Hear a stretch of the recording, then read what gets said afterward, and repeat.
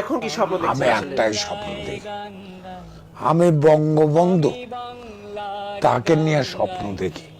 আমার বঙ্গবন্ধুর এই 1000 বছরের শ্রেষ্ঠ সন্তান তাকে বলা হয়, কেন বলা হয় এটার কোনো উত্তর কেউ দেয় না। কিন্তু আমি জানি 1000 বছরের শ্রেষ্ঠ সন্তান কেন। সিআর দাস থেকে আরম্ভ করে, সুভাষ বসু থেকে আরম্ভ করে, শরৎ বসু থেকে আরম্ভ করে, সেই সময়ে যত নেতা, প্রফুল্ল চন্দ্র রায় থেকে আরম্ভ করে এই সমস্ত নেতারা, তারা কিন্তু নিজেরটা আগে দেখত। আর এই একটি মানুষ বাঙালির স্বপ্নটা আগে দেখত, নিজেরটা পরে দেখত। এই জন্য তিনি 1000 বছরের শ্রেষ্ঠ সন্তান।